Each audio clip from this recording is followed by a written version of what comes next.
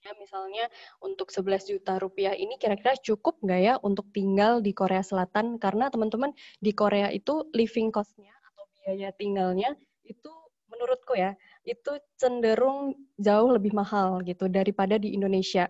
Untuk gambarannya, misal nih, kita di Indonesia makan, sekali makan mungkin 20.000 rupiah udah dapat gitu ya, atau 15.000 deh, 15.000 rupiah dulu setauku udah bisa makan di nasi Padang gitu ya, udah lengkap nasi, lauk, minum bahkan gitu ya. Tapi kalau di Korea Selatan sama 15.000 juga, tapi 15.000 won. Berarti kalau dirupiahkan dikali 10 sekitar 150.000 rupiah gitu. Nah makanya kalau kita ke Korea Selatan biasanya awal-awal kita kalau beli apa-apa itu masih dikali 10 gitu ya, di compare atau dibandingkan dengan harga Indonesia. Tapi kalau misal udah makin lama ke Korea Selatan, tinggal di sini, maka lama-lama akan terbiasa bahwa oh ini murah kalau di Korea, oh ini mahal kalau misal di Korea gitu. Karena sebenarnya biaya bulanan kita pun juga cenderung tinggi gitu. Karena setauku dulu ya di Indonesia, kalau misal kita kuliah S1, itu biaya bulanan paling 2 juta itu cukup, 2 juta rupiah itu cukup. Atau misal 3 juta rupiah udah termasuk sama biaya kos-kosan itu cukup gitu ya. Tapi kalau di Korea Selatan kita 11 juta rupiah ngasihnya gitu. Bahkan ada juga beasiswa yang lebih besar, tapi itu untuk yang S2 dan S3 nanti aku akan jelasin juga. Terus ada juga paling rata-rata ya, kalau misal di rata-rata 1 bulan itu 500.000 won atau setara dengan 5 juta rupiah.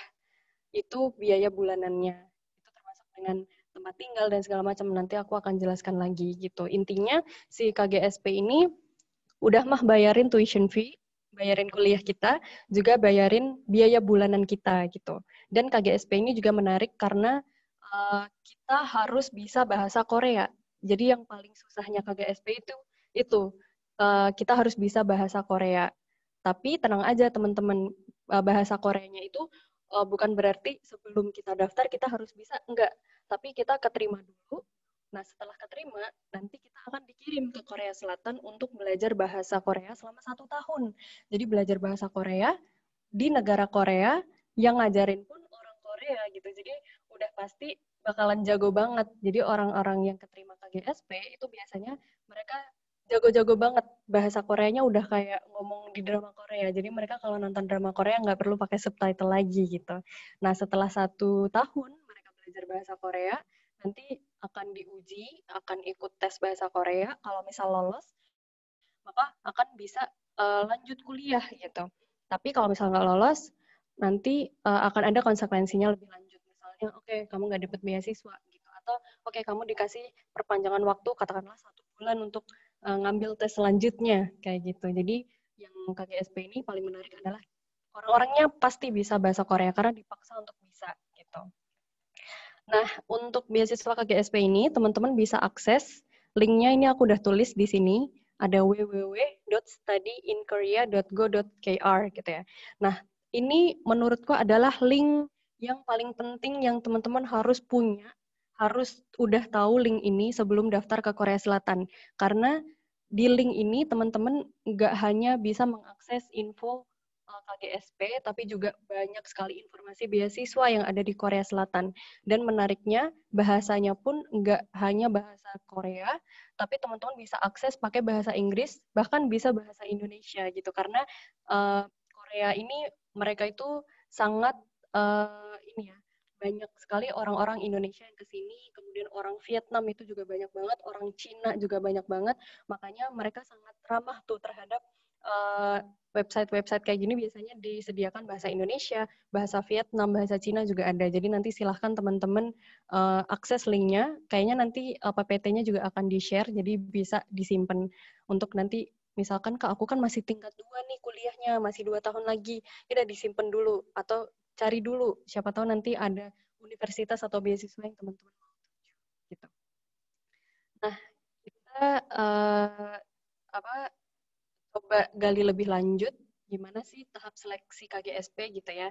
Nah, teman-teman sebenarnya aku bukan anak KGSP, tapi aku banyak temenan sama orang KGSP, banyak orang yang udah aku ajak ngobrol, jadi aku kurang lebih tahu lah tentang KGSP gitu. Jadi nanti kalau misal ada yang mau tanya tentang KGSP, silakan tanya sebanyak mungkin. Tapi kalau misal nanti aku nggak bisa jawab, aku akan coba tanyain juga ke temen aku yang KGSP gitu ya.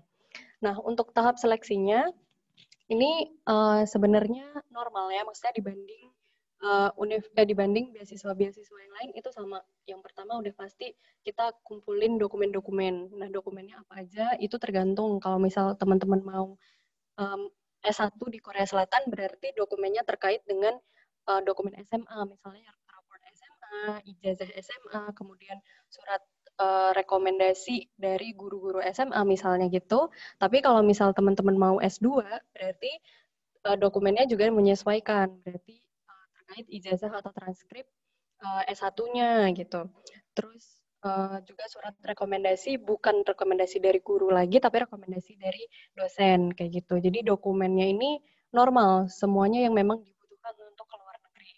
Dan setahu aku juga ada syarat sertifikat bahasa Inggris gitu ya. Jadi walaupun kita di Korea Selatan, itu kita juga butuh bahasa Inggris karena sebelum teman-teman belajar bahasa setahun di sini itu komunikasinya akan full bahasa Inggris karena di sini kita nanti kalau teman-teman keterima KGSP gitu ya itu nggak hanya orang Indonesia aja yang ada di sini tapi ada juga orang yang tadi aku sebut tuh orang Vietnam, orang Cina, bahkan juga misalkan orang Pakistan itu kan kita komunikasinya full bahasa Inggris makanya kita butuh dokumen bahasa Inggris. Nah, nanti kalau misal teman-teman udah masukkan dokumennya, nanti akan ada keterangan teman-teman lulus atau enggak. Kalau misal lulus, nanti teman-teman akan interview atau wawancara. Nah, wawancaranya itu ada yang online, ada juga yang langsung tatap muka nih dengan interviewernya. Cuman karena sekarang lagi pandemi, jadi kemungkinan besar akan semuanya serba online. Jadi interview juga akan online gitu. Nah, terus kalau misal udah interview, nanti akan ada pengumuman akhir atau pengumuman final bahwa teman-teman keterima gitu atau teman-teman mohon maaf nggak bisa diterima. Jadi kalau misal teman-teman nggak keterima, setahu aku masih bisa daftar di tahun selanjutnya. Itu aku lupa sih 2 atau 3 kali maksimal. Jadi teman-teman setahu aku 3 kali. Jadi 3 kali dan banyak banget nih teman-teman aku yang baru keterima KGSP itu di kesempatan yang ketiga gitu karena mereka udah nyoba sekali gagal akhirnya oke nyoba lagi di tahun selanjutnya nyoba lagi gagal akhirnya yang ketiga baru keterima gitu jadi buat teman-teman yang belum keterima tenang aja karena ada 3 kali kesempatan gitu. Nah dokumen yang harus disiapkan tadi yang udah aku sebut juga dan yang pasti masih ada banyak dokumen yang harus disiapkan ya kayak misalnya kartu keluarga kayaknya juga butuh. Terus dokumen-dokumen yang lain nanti silahkan teman-teman cek di link yang tadi sudah aku tulis di www.studyinkorea.go.kr. Nanti semuanya secara detail bisa dicek di sana. Nah, kemudian kita juga akan membicarakan terkait jalur-jalur yang bisa kita daftar terkait dengan KGSP ini. Jadi buat yang belum tahu, KGSP itu sebenarnya ada 2 jalur, teman-teman. Ada yang jalur embassy atau jalur kedutaan besar. Kemudian yang kedua ada jalur universitas gitu. Nah, kira-kira apa gitu ya bedanya? Nah, ini aku akan coba jelaskan. Jadi kalau misal jalur embassy, jadi nanti teman-teman itu akan mengirimkan dokumennya bukan ke universitas tertentu gitu, tapi kita ke kedutaan besar Indonesia. Nah, di sini berarti kita akan bersaing dengan orang-orang Indonesia aja. Karena misal orang Indonesia akan kuliah ke Korea Selatan jalur KGSP, berarti dia akan ngirim ke kedutaan besar Indonesia. Nanti yang orang Vietnam akan ngirim ke kedutaan besar Vietnam. Nanti yang orang misal Pakistan ngirim ke kedutaan besar Pakistan kayak gitu. Jadi kita kalau ikut jalur embassy kita akan bersaing dengan orang-orang Indonesia gitu. Dan jalur embassy ini teman-teman jauh lebih diminati dibandingkan jalur universitas. Kenapa? Karena jalur embassy ini kita bisa milih univ-univ mana nih yang pengen kita tuju dan yang lebih menarik lagi adalah universitasnya adalah universitas yang kebanyakan ada di Seoul atau yang katakanlah masuk top 10 universitas di Korea Selatan. Misalnya kalau teman-teman pengen masuk SNU, Seoul National University, karena dia paling bagus nih Kak, jadi aku pengen SNU gitu. Nah itu biasanya teman-teman jalurnya embassy. Atau kayak tadi, misal Korea University itu biasa jalur embassy. Nah kalau jalur universitas berarti itu masuknya universitas-universitas di luar Seoul. Misalnya ini ada Ajo University, itu ada di Busan. Kemudian ada Gachon University, Gimcheon University di sini ada tulisannya. Kemudian ada juga yang di Gwangju. Itu pokoknya yang di luar Seoul teman-teman bisa daftar lewat jalur universitas gitu.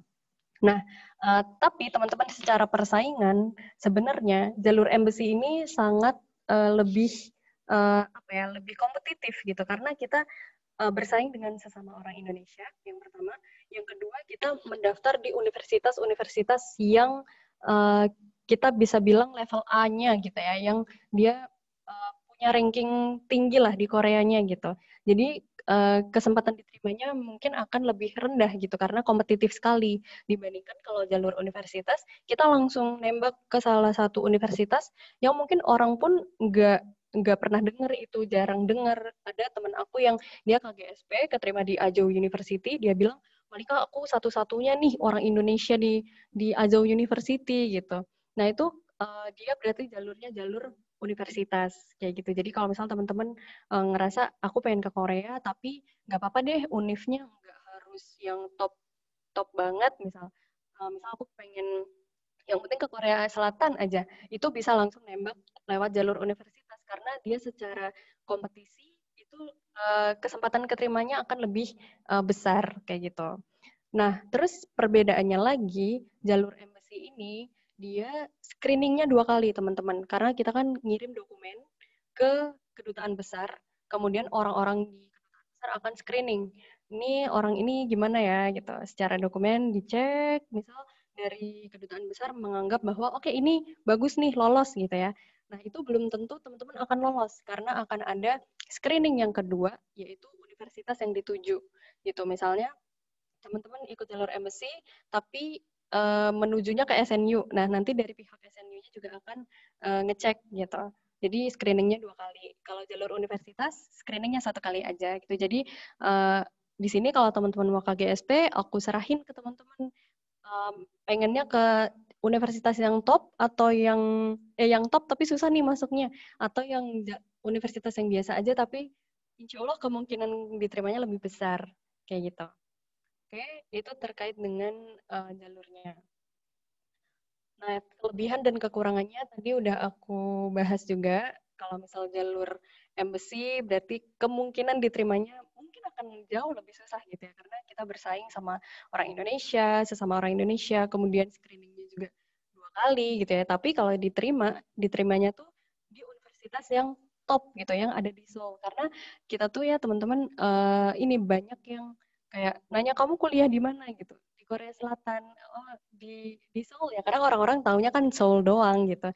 Padahal sebenarnya di Korea Selatan itu banyak banget, ada daerah namanya Daejeon.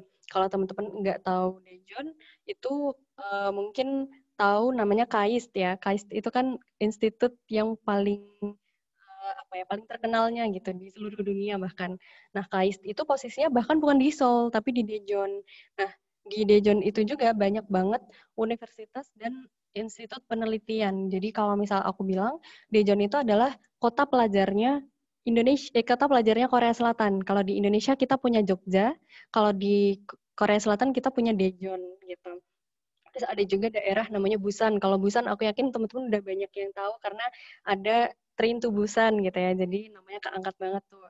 Dan Busan itu teman-teman dia menurutku setara sama Seoul gitu karena dia sama-sama wilayah perkotaan gitu. Terus juga misalnya kalau di Seoul kita bisa mengakses semua tempat lewat subway gitu.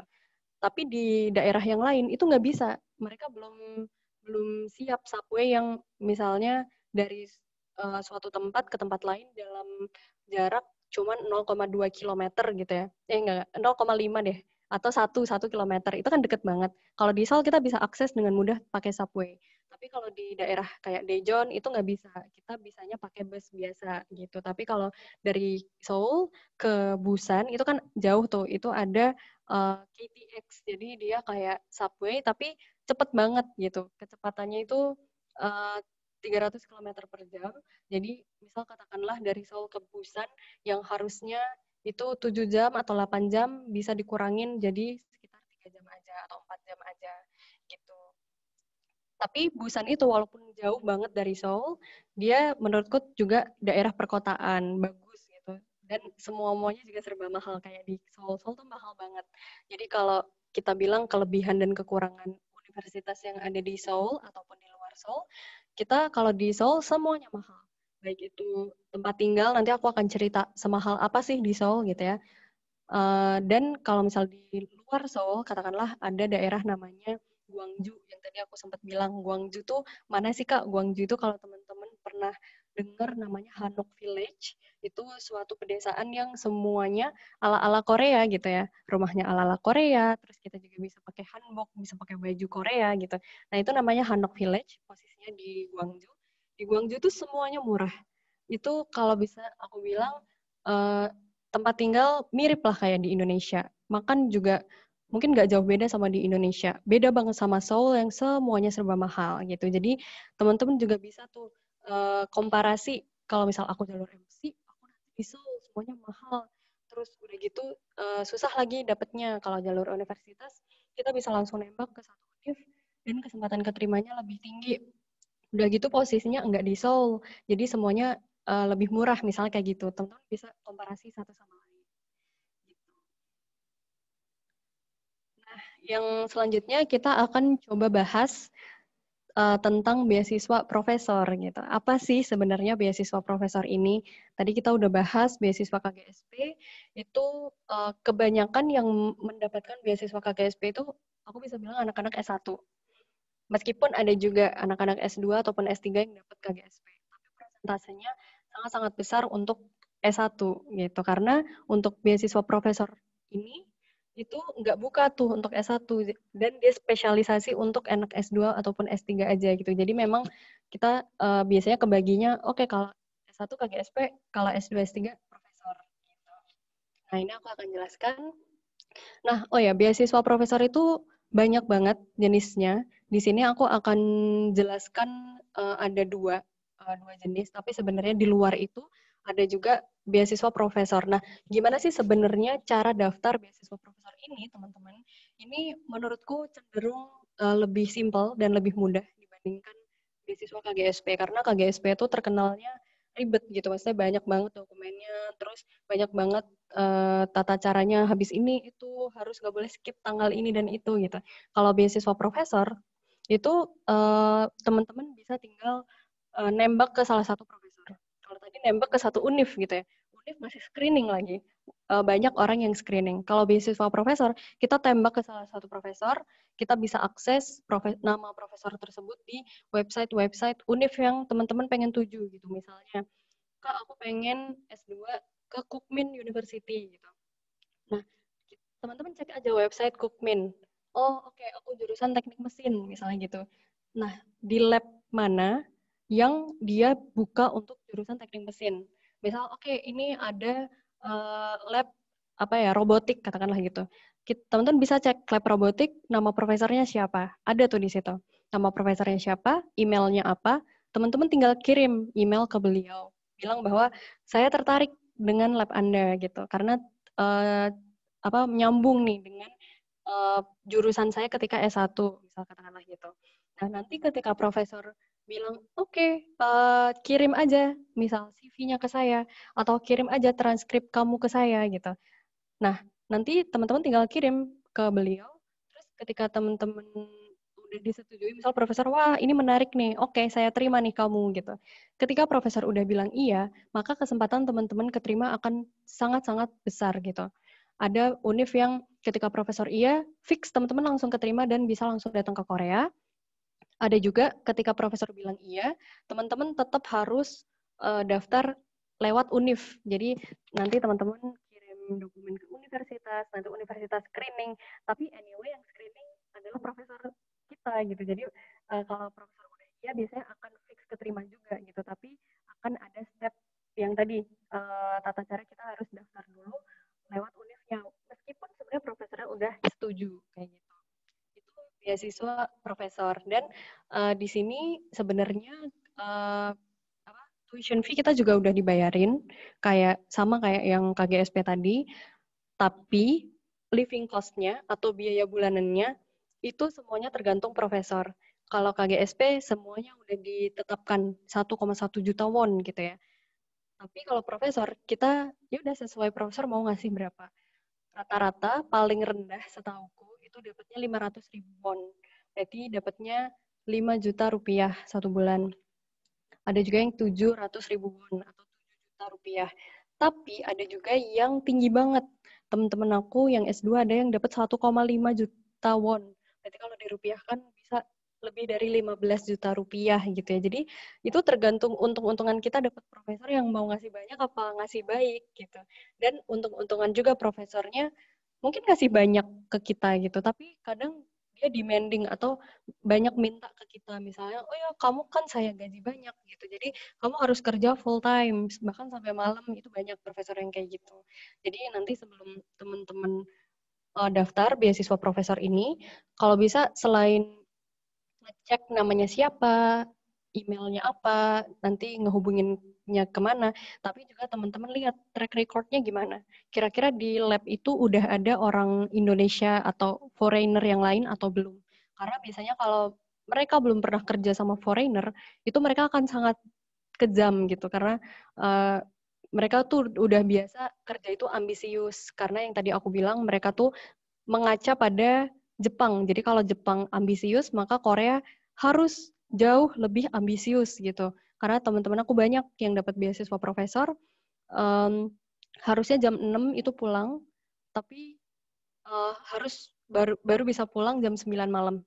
Baru bisa pulang jam 12 malam. Itu banyak yang kayak gitu. Tapi uangnya banyak. Jadi memang beasiswa profesor ini agak tricky, teman-teman. Jadi kita harus benar-benar sendiri yang memilah profesornya baik atau enggak, kita dapat uangnya seberapa itu harus clear dulu sebelum kita datang ke Korea Selatan gitu.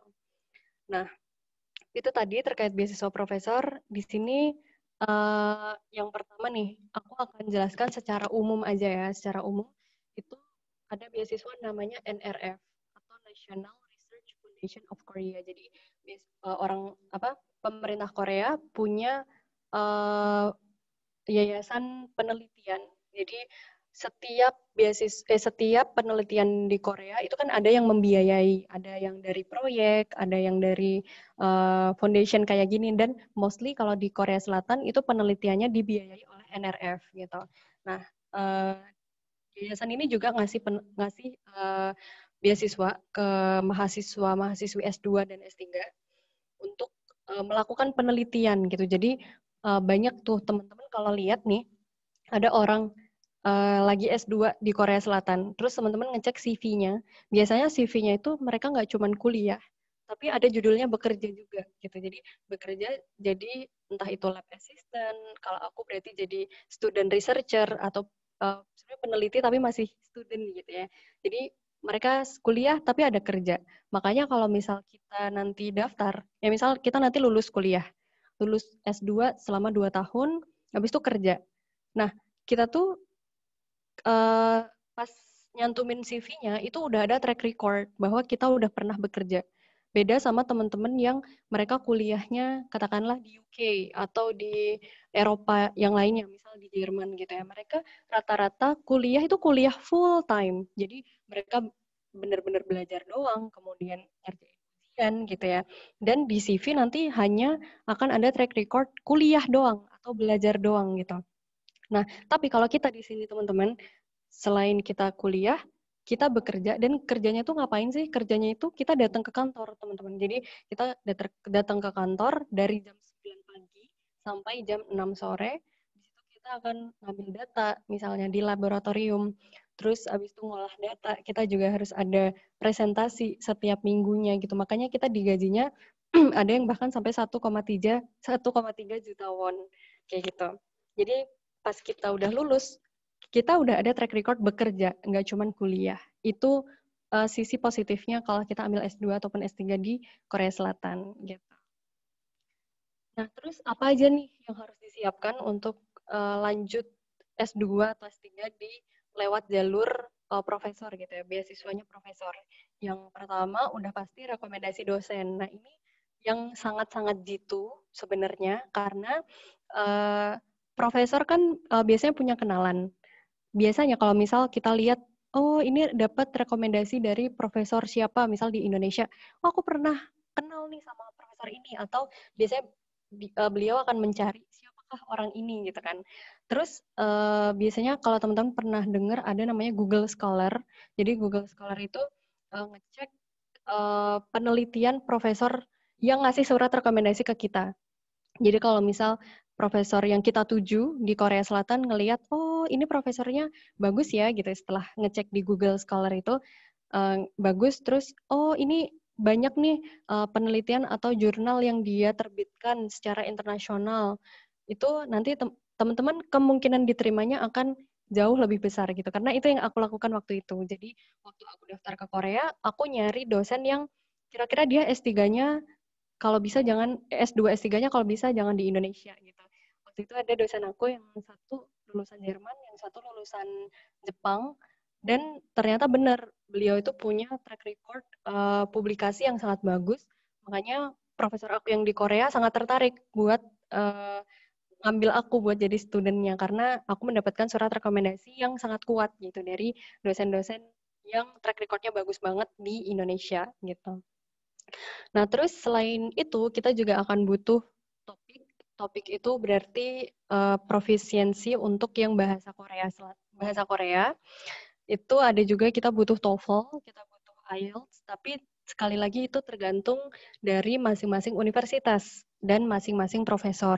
Karena tadi aku bilang ada yang ketika profesor oke, dia langsung keterima. Tapi ada juga yang ketika profesor oke, maka dia tetap harus ikut uh, ikut daftar lewat jalur universitasnya. Jadi tetap harus masukin syarat-syarat kayak rekomendasi dosen, skor bahasa Inggris, bahasa Korea, dan lain-lain. Dan teman-teman, kalau untuk S2 dan S3, rata-rata kita nggak butuh topik, nggak butuh bisa bahasa Korea, karena di sini kita full pakai bahasa Inggris. Dan kalau S1 rata-rata banyak mata kuliah yang dia tuh pakai bahasa Korea, bahkan buku paketnya bahasa Korea, slide-nya bahasa Korea. Tapi kalau di S2, S3, kita full bahasa Inggris. Apalagi untuk universitas yang ada di Seoul, karena kebanyakan profesornya itu udah pernah at least S3 ke luar negeri. Di Amerika misalnya, atau pernah exchange ke luar negeri. Nah itu ketika mereka udah pernah ke luar negeri, biasanya mereka akan terbuka tuh wawasannya. Jadi ketika pulang ke Korea, dia akan udah bisa bahasa Inggris dan dia akan membiasakan berbahasa Inggris gitu. Karena banyak juga nih teman-teman profesor atau siapapun deh bukan profesor yang belum pernah datang ke luar negeri. Jadi seumur hidupnya cuma di Korea Selatan aja, biasanya wawasannya sangat tertutup. Jadi mereka akan ngerasa, oke, kayaknya bahasa Korea tuh justru orang yang datang yang harus belajar, bukan saya yang bahasa Inggris ke mereka gitu. Jadi wawasannya mereka close minded banget dan ngelihat hal-hal yang berbeda yang misal katakanlah berhijab atau ngelihat orang muslim lagi sholat atau berpuasa, itu sesuatu yang aneh gitu buat mereka. Jadi usahakan ketika nanti teman-teman dapat beasiswa profesor, itu nyari banget profesornya kayak gimana. Kalau bisa tahu profesornya lulusan mana. Pernah nggak ke luar negeri misalnya? Kalau misal dia lulusan S3 di Amerika, berarti oke, aman. Kayaknya dia udah mulai open minded gitu. Jadi insya Allah dia akan cukup baik ke kita gitu. Tapi kalau belum pernah, itu tadi mungkin teman-teman akan zong dapetnya gitu. Terus yang udah pasti banget transkrip dan ijazah kita harus udah punya gitu. Nah, nanti aku akan jelaskan juga gimana caranya kita daftar beasiswa S2 ke Korea tanpa mempunyai transkrip dan ijazah terlebih dahulu, karena itu yang aku lakukan dulu, teman-teman. Kan tadi aku bilang ya bahwa aku lulus S1, seminggu setelah wisuda langsung S2. Secepat itu kok bisa gitu ya, karena aku daftar S2-nya itu sebelum lulus. Jadi aku nggak punya transkrip, nggak punya ijazah, tapi aku bisa daftar gitu. Nanti aku akan jelaskan gimana caranya. Terus GPA juga kalau bisa lebih dari 3,2 karena orang Korea ini juga ngeliatin dia sebenarnya orangnya gimana sih, pinter nggak sih selama di Indonesianya, kayak gitu. Mereka tuh pilih-pilih banget gitu.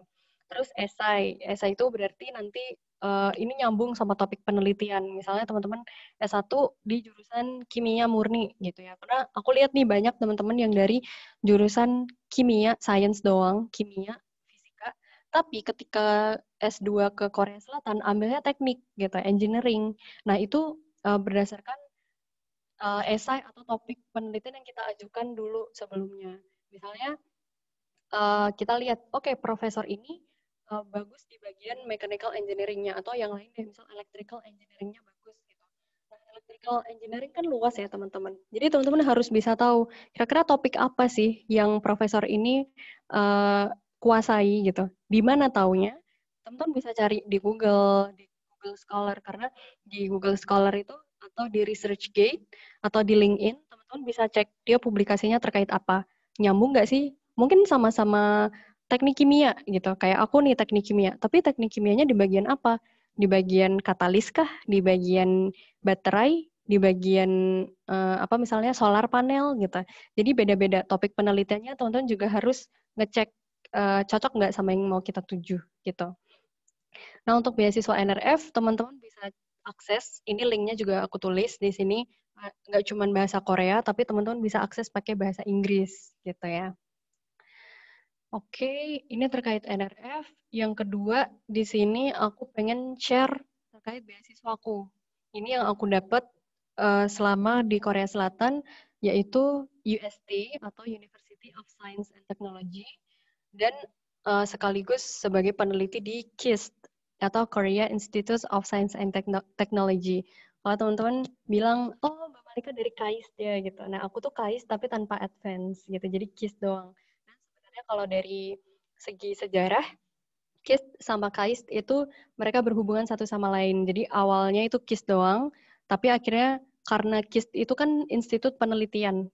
Jadi kalau di Korea Selatan itu teman-teman, uh, pasti teman-teman juga ingat bahwa dulu kan Korea Selatan itu miskin banget.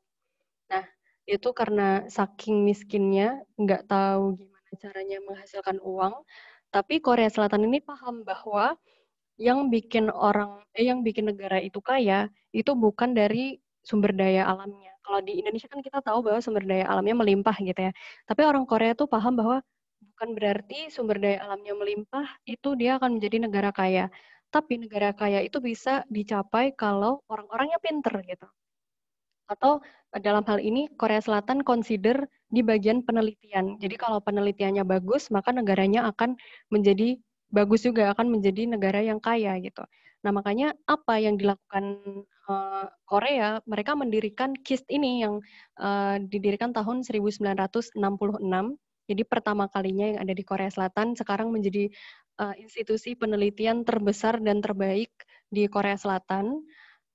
Meskipun ada juga institut penelitian yang lain, banyak banget di Korea itu melimpah ruah gitu ya penelitiannya. Nah, sejak saat itulah dari KIS muncul penelitian-penelitian yang akhirnya melahirkan LG, yang akhirnya melahirkan Samsung, kayak gitu, yang akhirnya membuat pendapatan Korea Selatan itu naik drastis sampai akhirnya sekarang menjadi negara yang punya teknologi yang sangat maju gitu. Nah, ini yang perlu kita tiru sebagai orang Indonesia karena di Indonesia kayaknya penelitian belum semasif dan belum sebagus di Korea Selatan, tapi kita bisa belajar dari sini gitu.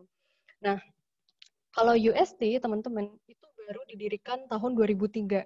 Jadi kalau kita lihat KIST itu sebenarnya jauh lebih tua. UST itu masih anak baru lahir gitu ya. Nah, apa yang dilakukan UST? UST ini dia menampung seluruh institut penelitian. Tadi yang aku bilang, banyak institut penelitian di Korea, tapi orang-orang tuh masih bingung masuknya gimana, gitu kan. Nah, akhirnya didirikanlah UST. Di UST ini, teman-teman bisa daftar institut penelitian manapun. Kayak misalnya, misal nih, Kak, aku tuh dari jurusan teknik kelautan. Bisa nggak masuk UST gitu? Bisa, karena UST itu menaungi banyak sekali institut penelitian.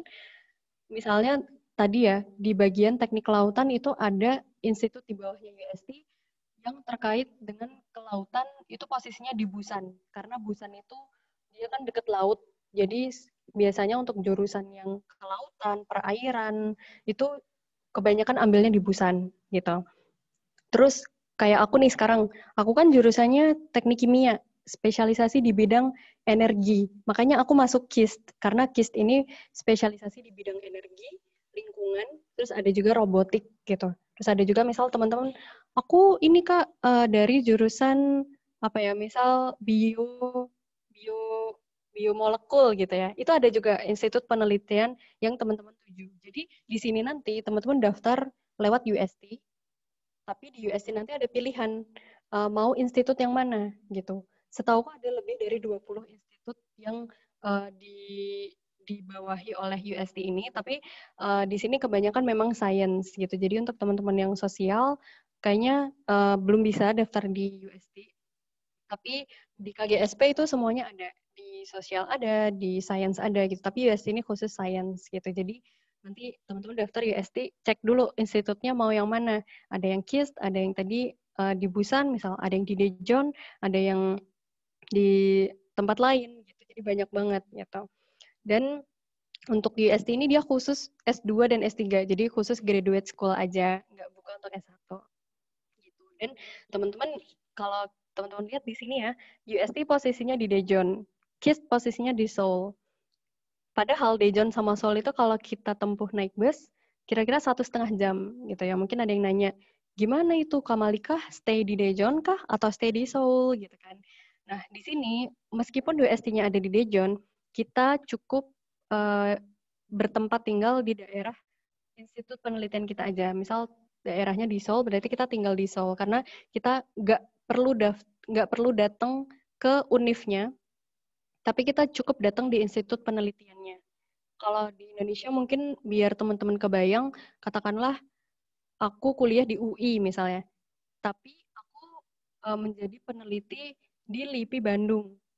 Nah, teman-teman bingung kan harus stay di Depok atau stay di Bandungnya gitu kan. Nah, teman-teman cukup stay di Bandungnya karena di situ teman-teman bekerjanya. Nah, sama sama persis kayak aku sekarang. Aku datangnya ke KIS, nanti profesor yang akan nyamperin aku gitu. Profesor bilang, "Oke, kita ada kelas gitu." Udah disediakan kelasnya di KIS gitu. Semoga teman-teman nggak bingung. Nanti kalau misal bingung, langsung aja tanya di Q&A. Untuk admission-nya di sini teman-teman bisa cek juga apa aja dokumennya, gimana caranya. Tapi aku pengen jelasin juga bahwa di 1 tahun, setiap 1 tahun kita buka 2 kali, ada fall semester, ada spring semester. Jadi kalau fall daftarnya bulan Februari, nanti mulai kuliah bulan September. Nah ini yang aku lakukan waktu aku belum lulus S1. Jadi aku kan lulus S1 itu bulan Juli 2019. Tapi dari bulan Februari aku udah daftar gitu. Jadi aku semester 8 akhir ya masih skripsian itu daftar terus keterima gitu. Dan Juli aku wisuda, kemudian seminggu kemudian aku harus ke Korea karena ada orientasi. Jadi di UST dan kayaknya di seluruh universitas di Korea Selatan kita perlu orientasi.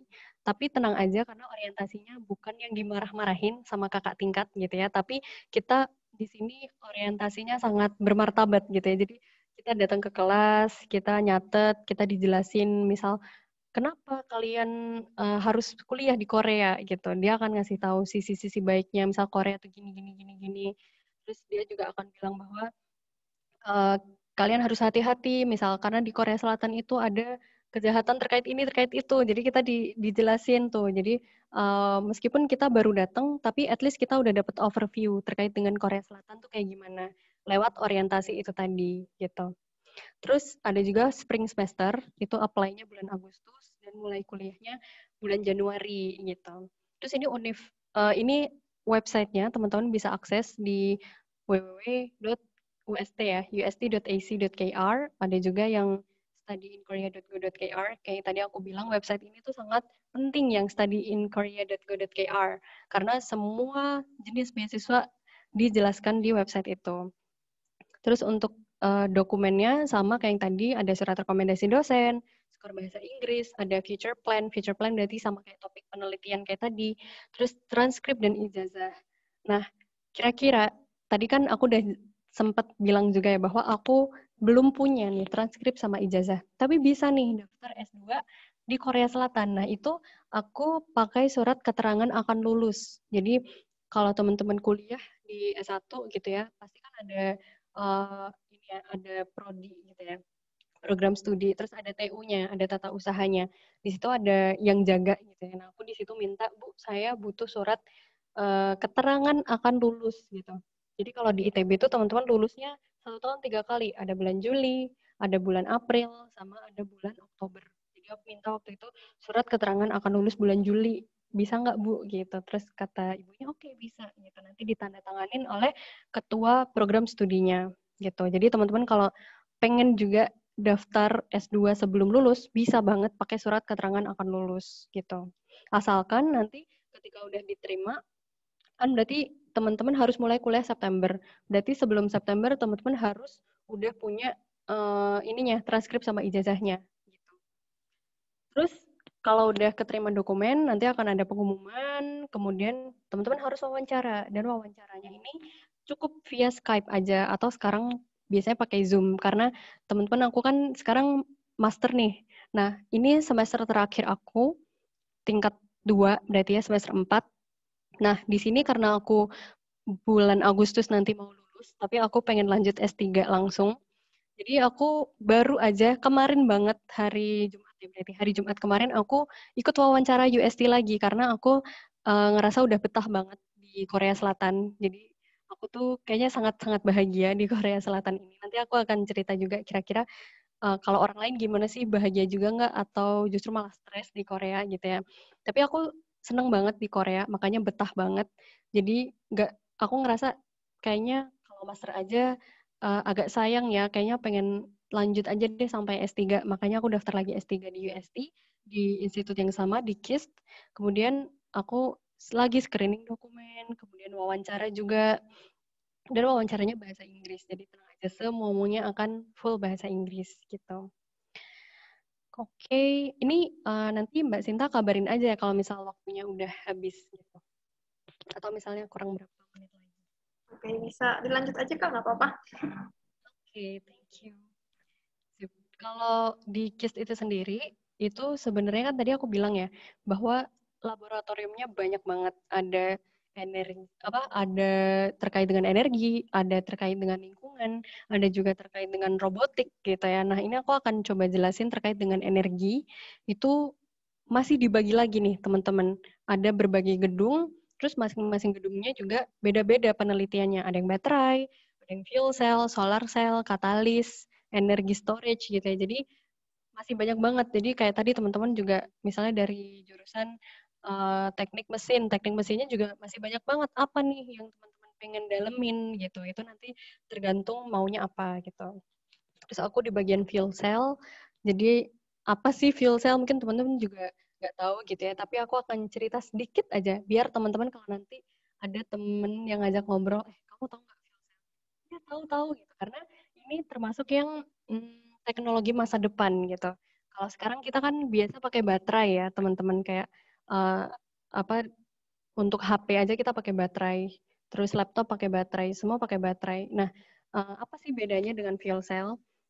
Kalau fuel cell ini teman-teman mungkin nggak kepake di HP, nggak kepake di laptop, tapi kepakainya bisa jadi di mobil. Jadi kalau sekarang kita lihat mobil itu kan dia kalau misal kita pakai bahan bakar minyak, itu kan keluarnya CO2. Ada keluaran CO juga. Pokoknya sangat mengotori lingkungan gitu. Kalau di fuel cell, kita cukup masukin hidrogen, nanti keluarannya atau emisinya cuman ada air doang. Jadi dia ramah sekali terhadap lingkungan. Tapi ini sekarang masih dikembangkan, makanya aku bisa bilang ini teknologi masa depan karena di Jerman, di Korea, di Jepang ini udah mulai diterapkan teknologi fuel cell, tapi di Indonesia masih belum gitu. Oke, terus ini terkait output penelitian. Jadi kalau teman-teman nanti sekarang masih S1, terus pengen S2 atau S3 ke Korea, itu biasanya teman-teman itu punya nilai plus dibanding teman-teman yang tadi aku bilang S2 di Eropa, S2 di mana ya, di Amerika gitu ya. Karena mereka kuliah doang, jadi mereka cuma dapat transkrip doang, ijazah doang. Tapi kalau di Korea Selatan, kita udah mau kuliah, dapat ijazah, dapat transkrip, tapi kita juga tadi ya kerja di CV-nya udah ada track record kerja. Selain itu, kita juga akan nulis publikasi. Jadi ini publikasi aku selama 2 tahun kuliah di Korea Selatan, ada paten, ada paper juga. Terus di sini kita juga sangat aktif untuk diikutkan conference. Jadi tenang aja walaupun teman-teman di Korea gitu ya, itu kalian akan diajak nggak cuman conference yang ada di Korea Selatan, tapi juga di Eropa. Baik itu di misalnya di Jerman, di Switzerland, di mana-mana lah pokoknya itu teman-teman akan diajak. Jadi akan ada kesempatan untuk conference ke luar Eropa gitu bahkan. Keluar Korea. Jadi persaingannya akan sangat terbuka lebar. Jadi kita bersaing nggak cuma dengan orang Korea doang, tapi kita bersaing secara internasional di seluruh dunia. Gitu. Oke, ini aktivitas di dalam kampus. Jadi di bagian foto paling kiri itu adalah ruangan kelas aku, teman-teman. Karena di USD itu kita kan tadi ya aku bilang USD itu sendiri membawahi banyak institut. Jadi 1 tahun itu mahasiswa baru paling cuma 50, paling banyak 100. 100 dibagi ke 20 institut penelitian. Jadi satu institut penelitian itu paling cuma ya maksimal 10 orang gitu satu semester. Bahkan aku sering ikut kelas yang mahasiswanya aku doang gitu. Jadi aku ngerasa lagi privat aja gitu. 4 mata sama profesornya gitu. Jadi bisa lebih ngobrolnya lebih banyak, diskusinya lebih banyak gitu.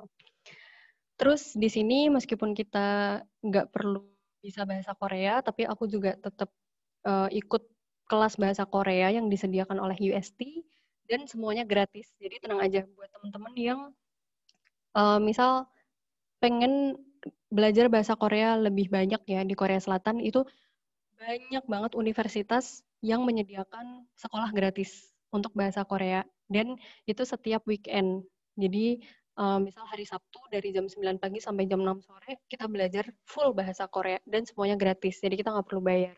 Gitu. Terus di foto yang paling kanan ini ada aku dan teman-teman KIS yang lain. Jadi ini mungkin teman-teman lihat wah banyak ya orang Indonesianya terutama perempuannya gitu. Nah ini teman-teman, karena aku nih dikelilingi oleh mahasiswa-mahasiswi S2, S3, kebanyakan mereka tuh udah kerja gitu. Udah punya keluarga. Ya mereka tuh rata-rata udah lebih tua lah gitu. Makanya pas aku datang karena aku bener-bener nggak ada gap year, 1 minggu langsung ke Korea. Jadi termasuknya yang paling kecil di sini gitu. Sedangkan yang lain udah punya keluarga. Yang cewek-cewek ini kebanyakan adalah uh, istri dari para student yang ada di KIS itu sendiri gitu. Dan itu udah biasa sebenarnya kalau di Korea itu banyak yang akhirnya udah berkeluarga gitu untuk S2 ataupun S3. Kita sering tuh kumpul-kumpul. Yang tadi aku bilang orang Indonesia kan guyup banget, mereka suka tuh kumpul-kumpul. Terus apalagi nih aktivitas di luar kampus, kita biasa ada masak bareng. Terus ada juga kalau aku ikut perkumpulan pecinta musik gitu karena aku suka banget main musik, aku suka main piano, jadi aku sering ikut konser. Jadi konsernya itu yang nonton orang Korea, yang main orang Korea, dan aku satu-satunya foreigner di situ, satu-satunya yang berhijab. Jadi banyak yang akhirnya mereka nanya apa itu hijab, apa itu muslim kayak gitu. Dan teman-teman bisa banget nemuin hal-hal kayak gini nih di Korea Selatan itu mereka suka banget menekuni hobi. Jadi kalau misalnya teman-teman aku suka manjat gunung, itu akan ada organisasi, bukan organisasi ya, kayak perkumpulannya gitu. Dan mereka nggak cuma orang Korea, tapi ada juga orang Amerika, bahkan orang Eropa, semuanya gabung di situ. Ngobrol sama kita, sama orang Korea juga gitu. Terus misalnya, Kak aku sukanya ini, foto-foto gitu, ada juga fotografi. Jadi hobinya apa, biasanya ada perkumpulannya di Korea Selatan gitu. Nah, terkait tinggal di Korea, sebenarnya aku nggak akan cuman ngejelasin tentang beasiswanya apa aja, tapi biar teman-teman juga kebayang gimana sih tinggal di Korea, aku akan coba cerita terkait dengan kehidupan sehari-harinya gitu. Jadi ini ada 2 gambar yang berbeda, yang sebelah kiri itu adalah asrama, yang sebelah kanan itu apartemen, atau kita sebutnya one room, karena dia satu ruangan. Ada nanti durum itu berarti 2 ruangan dalam satu rumah gitu. Nah, jadi kalau misal terkait biaya bulanan itu menurutku ya, biaya terbesar itu jatuh pada biaya tempat tinggal. Itu kalau kita tinggal di luar asrama. Karena kalau kita pertama kali datang ke Korea Selatan, rata-rata semua universitas itu nawarin asrama. Jadi asramanya itu ada tenggat waktunya, misal maksimal 2 tahun atau maksimal 1 tahun. Itu udah ada kontraknya di awal. Dan asrama itu teman-teman murah banget. Dan menurutku juga lumayan bagus gitu ya, karena kamar mandi di dalam, udah disediain dapur, udah disediain tempat untuk nyuci gitu. Tapi di sini kita tinggal berdua. Rata-rata itu bentuk asramanya di Korea Selatan itu sama kayak di sebelah kiri. Yang di sini, ini aku dapat dari Google, tapi dulu asrama aku ketika di KIS itu sama persis bentuknya kayak gini juga. Desainnya tuh kayaknya udah disamain satu Korea gitu. Dan biayanya cukup 100.000 won per bulan. Ada yang lebih murah, ada yang lebih mahal. Tapi rata-rata masih di rentang 100.000. Berarti kalau kita rupiahin kali 10, 1 juta rupiah per bulan. Berarti murah banget ya teman-teman. Nah, tapi untuk apartemen itu cenderung mahal pakai banget.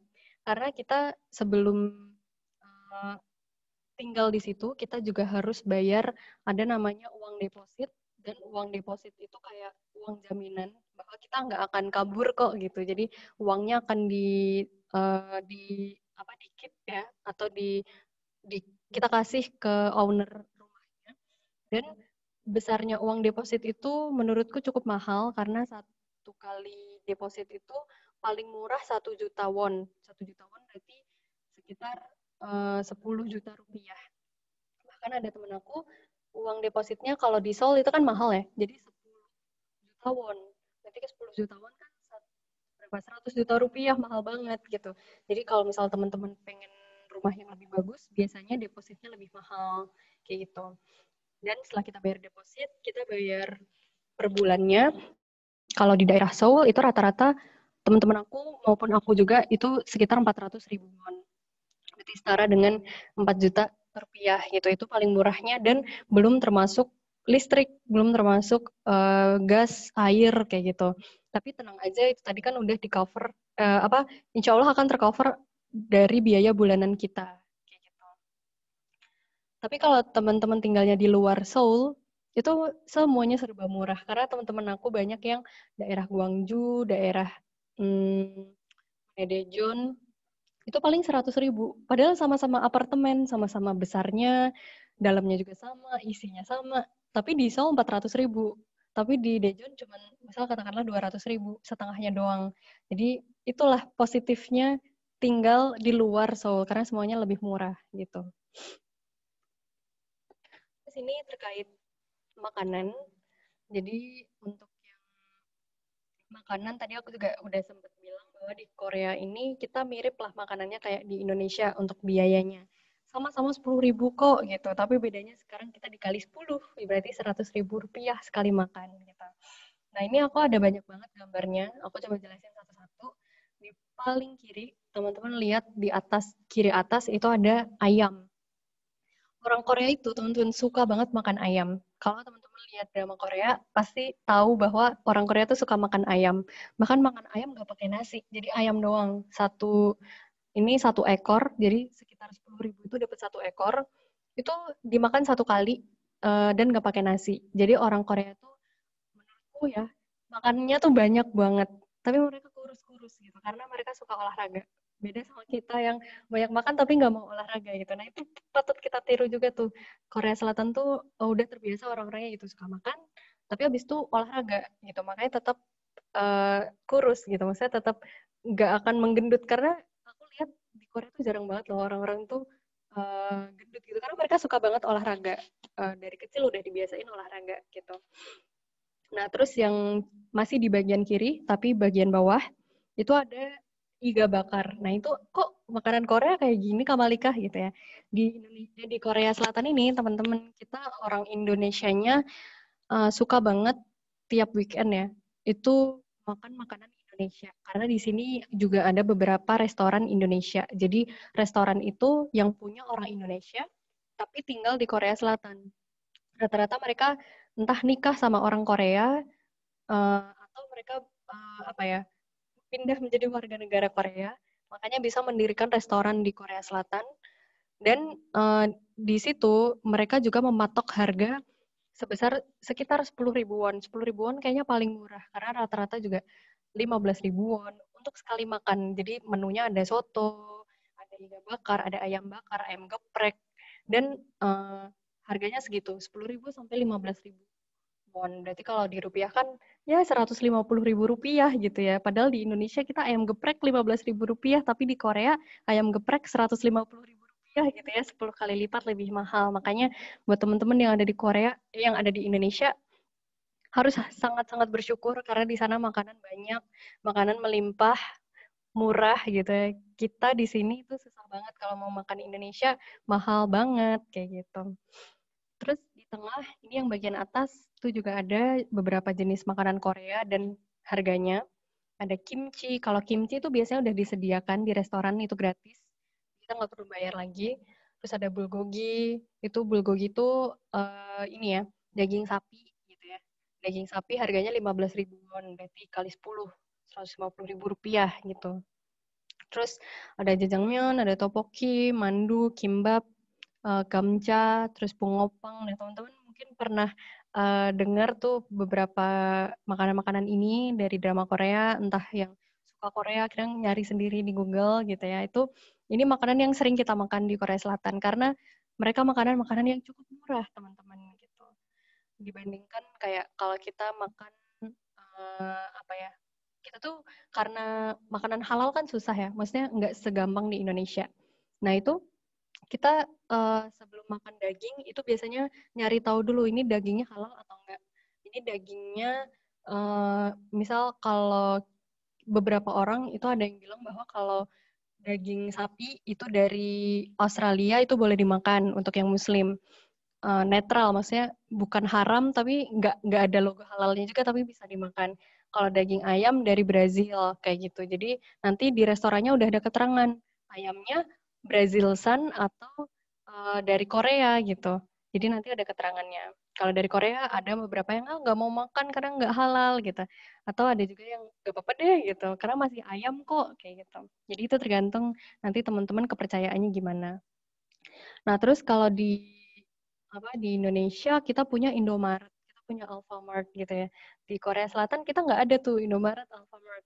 Itu adanya kalau teman-teman sering dengar ada GS25, ada CU, terus ada 7-Eleven, dan ini tempat di mana semuanya tuh serba murah. Kayak tadi misal pengen makan ramen kalau di restoran misal 5.000 won atau setara 50.000 rupiah. Tapi kalau makan ramen instan di sini cuma 1.000 won atau setara dengan 10.000 rupiah. Jadi jauh lebih murah. Makanya banyak yang akhirnya udahlah makan ramen mah di GS aja lah atau di CU aja karena kita bisa makan di dalam tuh udah disediain kursi-kursi dan meja. Kita bisa makan di dalam gitu. Itu terkait makanan.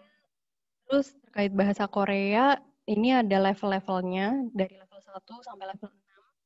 Dan khusus untuk KGSP, itu kalau teman-teman bisa dapat level yang lebih tinggi, katakanlah level 6, itu beasiswa teman-teman akan ditambah sebesar 100.000 won dalam 1 bulan. Berarti kan lumayan ya, sebulan ditambah 1 juta rupiah gitu kan. Nah, terus juga untuk topik ini, kalau misal teman-teman punya sertifikat topik, teman-teman bisa ikut namanya ALBA. Teman-teman mungkin pernah dengar ada ALBA, atau itu tuh berasal dari bahasa Jepang ya, kayaknya Arbeite. Artinya kita bekerja kayak part time gitu ya. Teman-teman mungkin sering dengar kalau ya part time, tapi kalau di Korea kita nyebutnya ALBA. Nah, ALBA itu kalau kita pengen kerja di tempat-tempat kayak tadi tuh kayak GS25, kayak CU, itu bisa kalian kerja di sana, tapi harus ngasih sertifikat bahasa Korea. Terus banyak orang Indonesia juga yang kerja di counter HP. Di sini tuh banyak banget counter HP.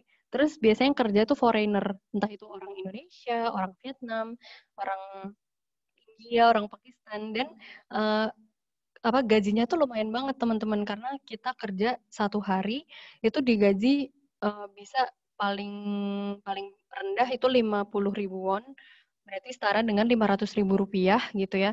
Atau ada juga yang ngegajinya satu hari 1 juta rupiah gitu, sekitar 100.000 won gitu. Jadi memang banyak orang yang Sabtu Minggu kalau teman-teman lihat eh, mereka bukannya istirahat tapi ya udahlah pilih part time aja, pilih alba karena lumayan dapat uangnya kayak gitu. Jadi nanti teman-teman udah biasa tuh kalau ke Korea ikut alba kayak gitu-gitu karena kita pengen dapat uang sebanyak mungkin gitu biar bisa nabung banyak atau biar bisa kalau teman-teman aku biar bisa beli album itu ya K-pop kayak gitu-gitu. Jadi silahkan teman-teman cari uang sebanyak mungkin bisa banget di Korea gitu.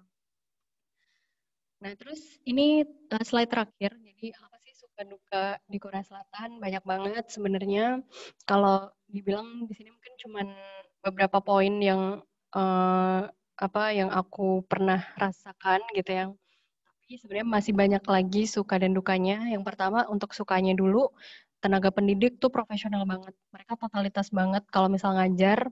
Kalau aku bisa bandingkan di Korea sama di Indonesia, aku ngerasa jauh banget.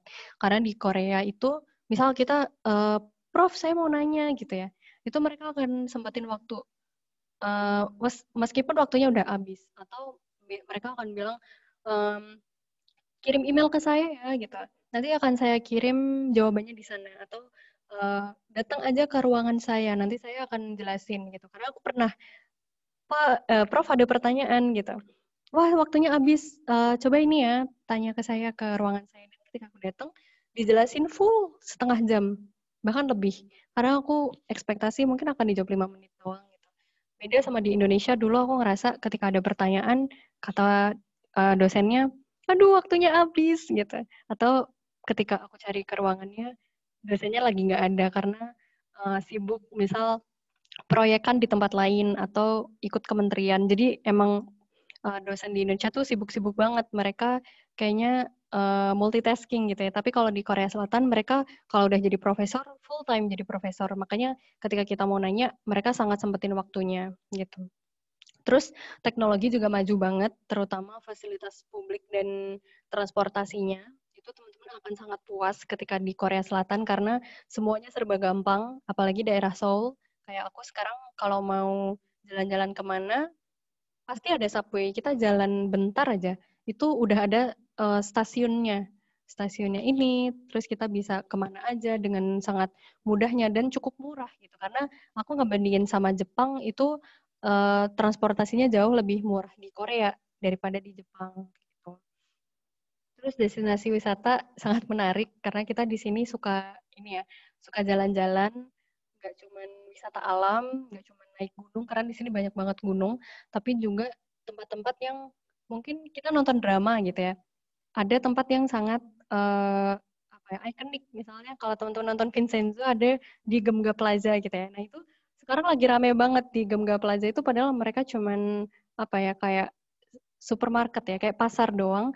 Tapi karena ikonik, karena drama Korea, akhirnya banyak yang mau foto di sana, banyak yang mau ngedatengin di sana gitu. Dan di Korea itu meskipun sekarang masih pandemi, dari awal pandemi sampai sekarang kita masih tetap bisa jalan-jalan. Tapi kita nggak buka border ke luar negeri. Maksudnya kalau kita ke luar negeri, pas kita balik kita harus karantina 2 minggu gitu. Jadi teman-teman kalau aku pengen jalan-jalan ke Korea itu belum bisa gitu. Tapi kita yang ada di Korea di dalam kita masih bisa banget jalan-jalan gitu. Tapi dengan syarat kita harus pakai masker dan kita nggak boleh kumpul lebih dari 4 orang dalam satu gerombolan gitu. Jadi maksimal tuh 4 orang doang. Jadi di Korea ini teman-teman bagus banget ya. Aku nggak pernah lihat orang nggak pakai masker sama sekali. Itu nggak pernah. Satu kali pun aja nggak pernah. Bahkan ketika orang tuh pakai masker, dia diturunin dikit aja ya, itu langsung ditegur sama polisi. Itu nggak boleh kayak gitu gitu. Jadi harus benar-benar sesuai prosedur pakai maskernya kayak gimana. Makanya di sini angka COVID-nya sekarang turun banget. Sekarang makanya kita tetap bisa jalan-jalan ke sana kemari gitu. Terus kalau dukanya itu tadi ya profesor kalau misal kita dapatnya zong maka kita akan di apa ya kayak kalau misal apa sih sebutannya kayak kerja rodi gitu ya orang tuh banyak teman-teman aku yang dapat profesornya nggak bagus akhirnya dia bilang Malika aku di sini kerja rodi romusha gitu karena uh, dari pagi sampai malam harus kerja di lab, habis itu eh, liburan enggak libur, terus juga weekend tetap masuk. Jadi mereka benar-benar ngerasain kerja rodi. Tapi itu tadi tergantung dari profesor masing-masing. Jadi hal itu masih bisa diantisipasi buat teman-teman yang sekarang masih nyari-nyari. Kalau bisa carilah profesor yang sebaik mungkin gitu. Kayak profesor aku tuh baik banget. Kayak bahkan aku dibilang, Malika, jangan sampai saya lihat kamu di lab lebih dari jam 6 sore gitu. Karena di sini kan kontraknya sampai jam 6 sore gitu. Kalau kamu nggak ada sesuatu yang penting, 6 sore harus pulang gitu. Jangan sampai kamu masih di sini gitu bahkan. Terus yang kedua, nah ini rasisme. Tapi rasisme di sini kayaknya tergantung sama orangnya. Maksudnya nggak semua orang Korea itu rasis gitu. Tapi orang Korea itu cenderung yang mereka tuh suka ngelihat sesuatu homogen. Misalnya gini, orang Korea tuh teman-teman kalau misal beli baju, warnanya kalau nggak hitam putih. Semuanya kayak gitu. Waktu itu aku pernah lagi musim dingin beli jaket yang warna pink. Ya udah aku doang yang warna pink. Jadi semua orang tuh ngeliatin kayak oh pink banget gitu kelihatan bahwa ini bukan orang Korea. Terus potongan rambut semuanya sama, make up semuanya sama, baju pokoknya semuanya tuh sama gitu. Dan sekalinya ada yang beda, itu mereka akan ngeliatin banget. Mereka tuh tahu bahwa ini beda gitu. Misalnya kayak aku pakai kerudung atau misal tiba-tiba ada orang Afrika lewat, mereka kan kulitnya cenderung gelap gitu ya, atau rambutnya cenderung beda, mukanya beda. Mereka akan ngeliatin gitu, terus melototin, tapi nggak semuanya kayak gitu, cuman beberapa aja. Kalau teman-teman tahu di Korea ada istilah namanya ajushi, ajuma. Mereka tuh orang-orang tuanya di Korea Selatan gitu ya. Kayak kalau misalnya apa ya sebutannya kayak kalau di Jawa Pak De sama Bude gitu ya. Eh, mereka tuh karena belum pernah merasakan tinggal di luar negeri gitu ya, di luar Korea Selatan. Jadi mereka tuh sangat-sangat close minded. Ketika ngelihat orang berkerudung, ada tuh temen aku yang kerudungnya ditarik misalnya gitu. Tapi untungnya selama ini aku nggak pernah ngerasain hal-hal kayak gitu. Justru ketika orang itu ngeliatin aku melototin atau narik kerudung aku, biasanya aku akan usahain untuk nyapa. Jadi kayak, oh annyeonghaseyo, oh ajema, aku ajak ngobrol gitu. Terus dia pasti bakal nanya, dari mana gitu. Terus aku bilang, dari Indonesia gitu. Terus kenapa pakai kerudung? Iya karena muslim. Jadi ketika orang itu, misal kelihatannya kayak benci ke kita gitu ya, karena kayak wah rasis nih orang gitu. Jangan justru teman-teman malah benci balik gitu. Kalau bisa teman-teman sapa, teman-teman oh senyum gitu. Bisa mereka akan jadi ramah ke kita. Karena itu yang aku lakukan selama di Korea Selatan. Jadi aku selama ini nggak pernah ngerasain rasisme sama sekali. Tapi banyak teman-teman aku di luar sana yang ketika dipelototin dikit aja langsung ngemelototin balik atau nggak ramah jadinya gitu. Tapi kalau aku usahain tetap ramah, tetap malah aku ajak ngobrol gitu. Jadi mereka malah baik. Dan sebenarnya ya teman-teman, orang Korea tuh baik-baik. Mereka tuh apa ya, walaupun terkenalnya kayak wah mereka judes, mereka kayaknya nggak mau berteman sama kita. Itu sebenarnya mereka bukan rasis ya. Mereka bukan nggak mau temenan sama kita. Tapi mereka cuman nggak bisa bahasa Inggris. Jadi mereka ngerasa aku nggak bisa bahasa Inggris, jadi daripada nanti aku nggak bisa ngobrol, mending nggak usah ngobrol sekalian gitu. Tapi mereka bukan berarti jahat, tapi mereka nggak bisa bahasa Inggris aja. Nah, caranya kalau pengen temenan sama mereka adalah either kita yang belajar bahasa Korea, atau sama-sama pakai bahasa Inggris, tapi bahasa Inggrisnya biasanya downgrade. Jadi bahasa Inggris yang mudah dimengerti oleh orang Korea. Kayak gitu. Jadi nanti kalau teman-teman, aku pengen belajar aku pengen temenan sama orang Korea. Ya udah, ayo belajar bahasa Korea gitu. Karena once kita bisa bahasa Korea, sekali kita bisa bahasa Korea, maka akan lebih mudah bersosialisasi dengan orang Korea gitu. Terus kalau makanan halal itu sebenarnya kalau dibilang susah mah enggak. Karena sekarang banyak orang Indonesia di Korea, mereka inisiatif banget.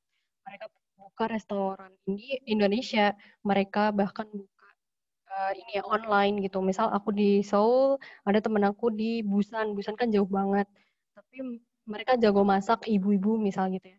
Mereka buka PO gitu ya. Siapa yang pengen dimasakin nanti dikirim ke seluruh Korea Selatan itu bisa. Karena di sini untuk ngirim barang itu mau sedekat apa, mau sejauh apa, itu biayanya sama gitu untuk per kilonya. Jadi banyak banget yang akhirnya orang Indonesia di sini buka usaha makanan halal. Jadinya aku ngerasa makanan halal di sini tuh gampang kok nemunya asal kitanya mau nyari gitu.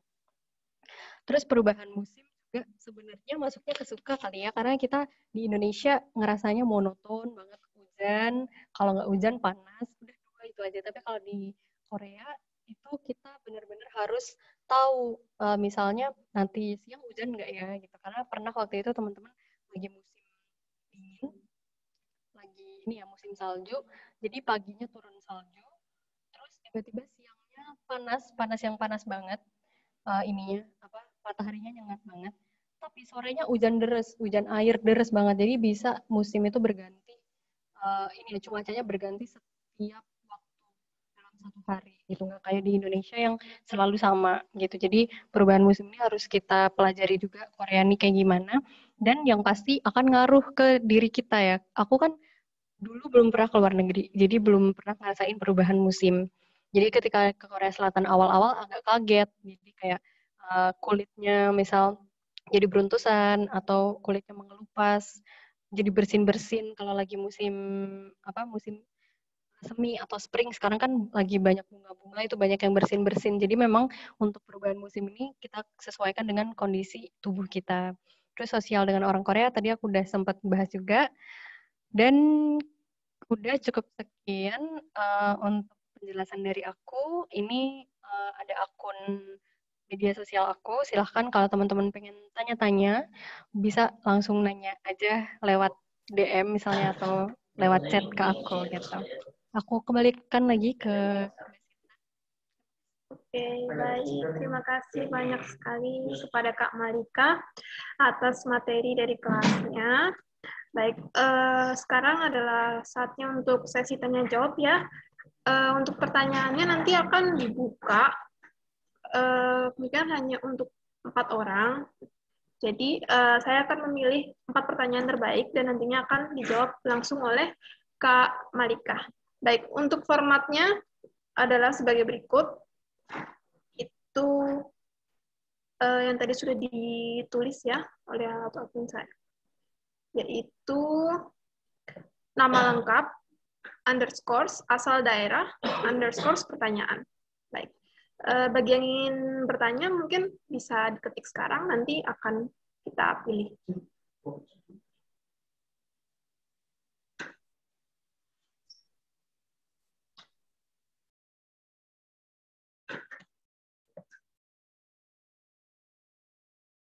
Baik, Kak, ini ada pertanyaan dari...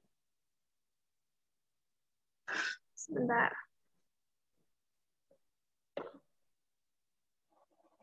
Pertanyaan dari Kak... Untuk pertanyaan... Oke. Kak Aprit Wudni Novitasari dari Jember, Jawa Timur ya. Baik. Kak, mau bertanya, kalau misalkan kita lulusan dari D3, apakah beasiswa yang Kakak sebutkan tadi ada yang menyediakan untuk meneruskan S1?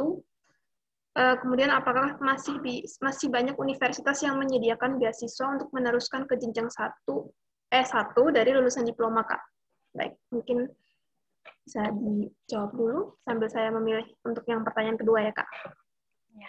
Oke, makasih banyak atas pertanyaannya. Nah, ini juga sebenarnya pertanyaan yang sering banget aku dapat ya. Karena banyak tuh anak-anak yang dari D3 di Indonesia pengen lanjut S1.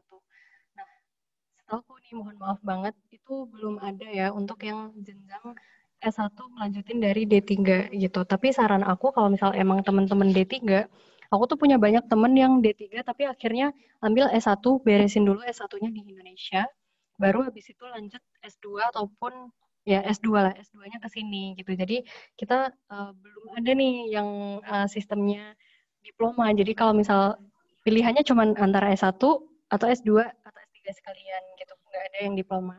Tapi yang mungkin aku juga jadi inget juga nih dari pertanyaan ini, justru kita di sini malah ada yang lulusan SMK, misalnya pengen S1 ke Korea Selatan. Itu kalau di Indonesia mungkin kita pernah tahu ada namanya UT atau Universitas Terbuka gitu ya.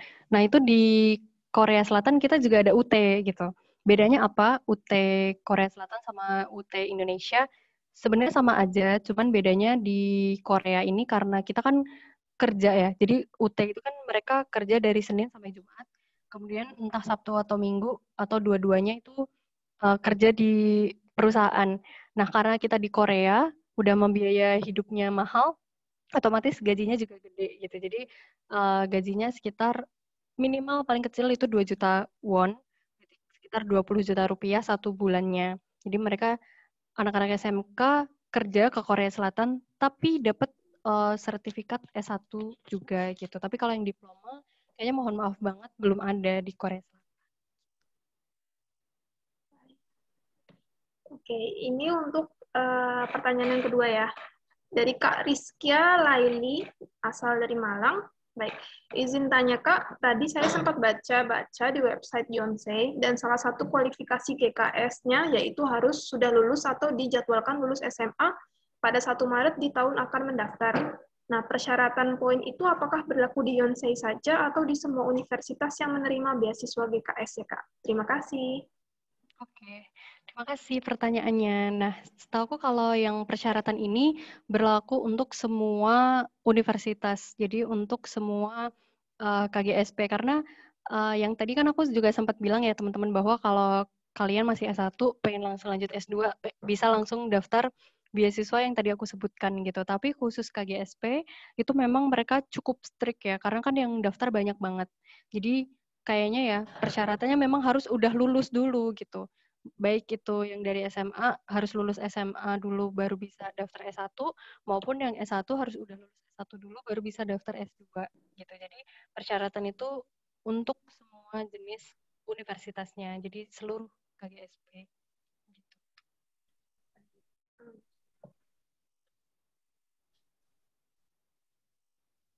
Baik, ini ada pertanyaan dari Kak Nurrahmatan Putri Laksmi dari Makassar. Baik, izin bertanya, bisa nggak apply beasiswa KGSP dan profesor sekaligus? Agar kalau nggak lulus di KGSP bisa ke profesor. Dan seberapa besar kemungkinan diterima di beasiswa profesor kalau jurusan S2 yang ingin di-apply berbeda dengan jurusan S1 sebelumnya?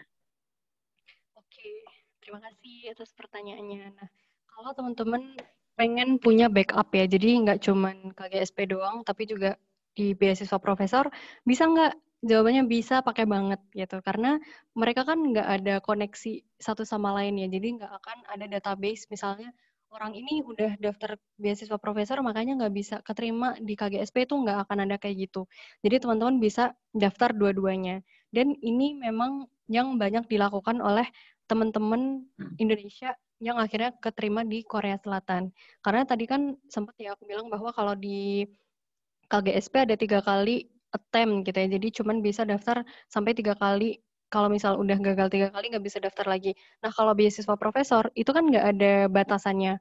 Mau habis gagal daftar lagi misalnya di univ yang sama tapi profesornya ganti atau ya udah ganti aja ke univ yang lain, profesor yang lain itu juga bisa. Nggak ada batasannya. Jadi memang teman-teman aku juga banyak yang akhirnya membuat itu jadi backup aja gitu karena profesor nggak ada maksimalnya berapa kali akhirnya daftar KGSP iya daftar profesor iya nanti keterima yang mana gitu karena menurutku ya beasiswa profesor itu keterimanya jauh lebih besar dibandingkan beasiswa KGSP itu makanya sering banget jadi backup.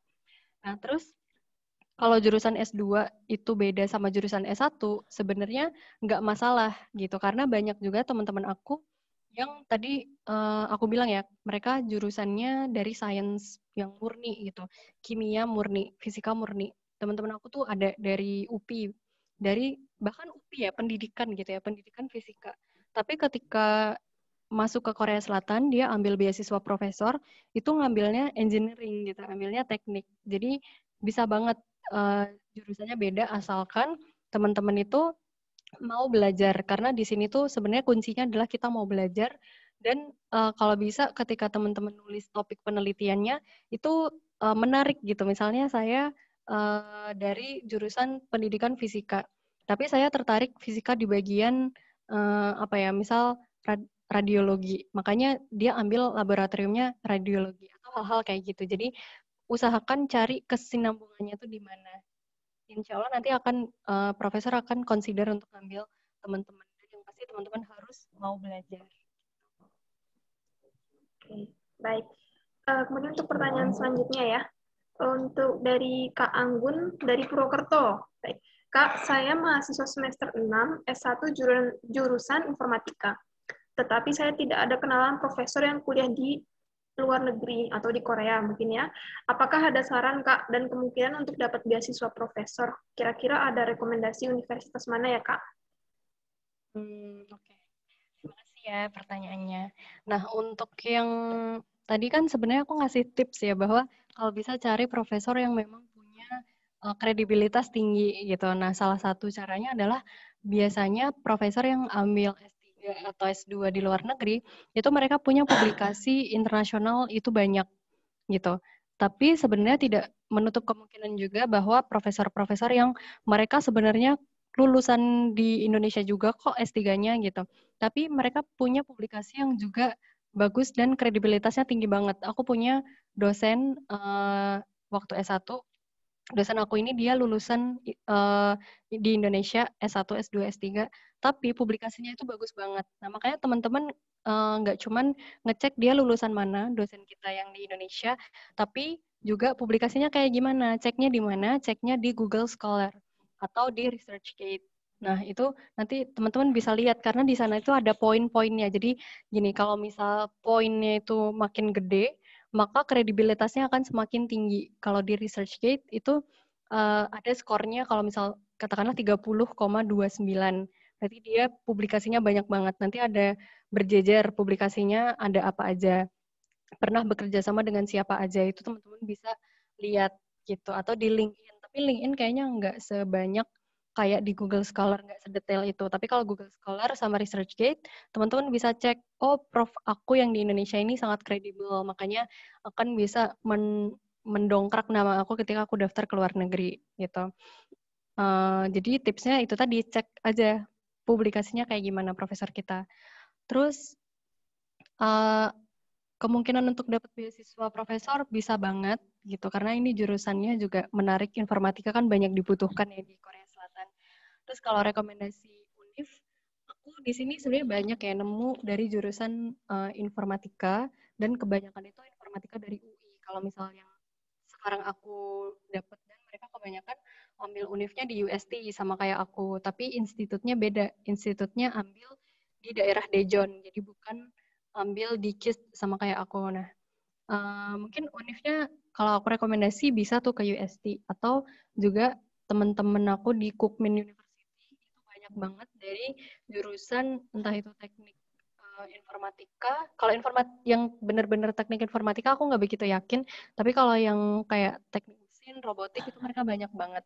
Dan mereka kebanyakan memang di bagian AI ya, jadi artificial intelligence itu mungkin nanti bisa tuh coba cari kalau misal di Kookmin kayak gimana kayak gitu atau di univ lain karena univ di Korea itu kan banyak banget ya gitu. Jadi nanti bisa dicek aja di studyinkorea.go.kr itu teman-teman nggak cuman bisa nyari beasiswa apa aja, univnya apa aja, tapi juga cek jurusan di situ. Bisa klik di pencariannya itu cukup jurusan aja nanti keluar dari univ mana gitu. Mungkin ini untuk pertanyaan terakhir barangkali ya Kak. Baik, dari Kak Novi Atika dari Mojokerto. Pertanyaannya adalah, mau nanya Kak, untuk S2 di Korea, apakah lihat background universitas juga?